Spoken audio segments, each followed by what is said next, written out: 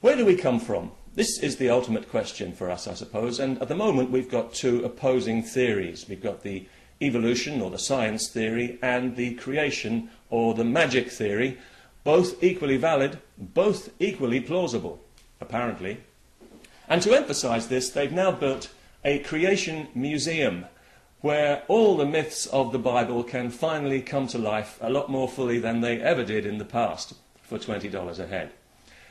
The creation theory, of course, comes from the book of Genesis, which tells us that God created man from a handful of dust and he created woman from man's rib. And these two together were so stupid that they weren't on the planet 5 minutes when they'd managed to get a curse put on all future generations. Nice work.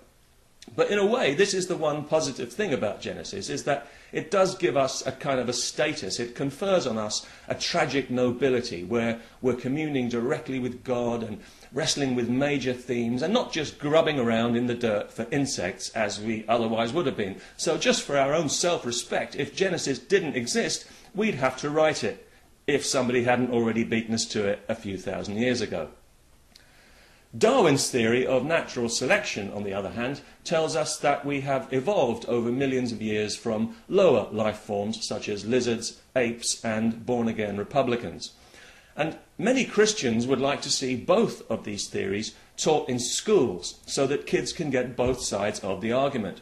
But what I don't understand is why there are only two sides to this argument. Why only two theories? Because this is a very important question. So surely we need all the theories we can get, especially as the two that we've got are so mutually exclusive. If you embrace one, you have to reject the other. What kind of absolutist madness is this? There has to be some middle ground. My cab must be early. Okay, here's a question. If you crossed a pig with a monkey, what would you get? I'll give you a clue. Look in the mirror. Now, I'm not trying to be insulting, but it's true, isn't it? We know that genetically we are very close to monkeys, but we're also very close to pigs, which is great news if you're looking for an organ transplant. In fact, in some cannibal societies, human meat is known as long pig. So maybe here's what happened. A few million years ago, a monkey had sex with a pig. I know it's wrong, but they were at a loose end on a Saturday night when these things happen, and they produced the first human, a remarkable creature that could not only peel bananas with its feet, but was mustard at sniffing out truffles. And from this, we evolved into the articulate, dexterous pig monkeys we are today. Still not convinced?